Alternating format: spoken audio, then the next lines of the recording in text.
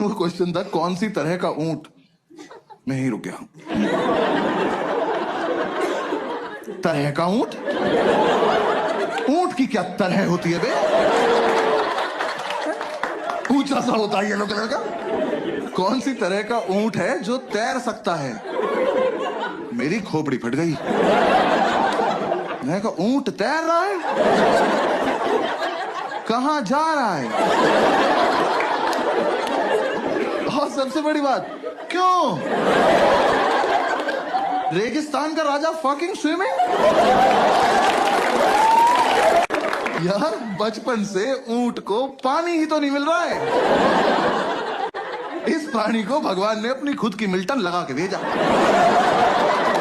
कि बेटा ये जालिम दुनिया पानी नहीं देगी, अपना घर से भर के चलना। ये हरामखोर तैर रहा है।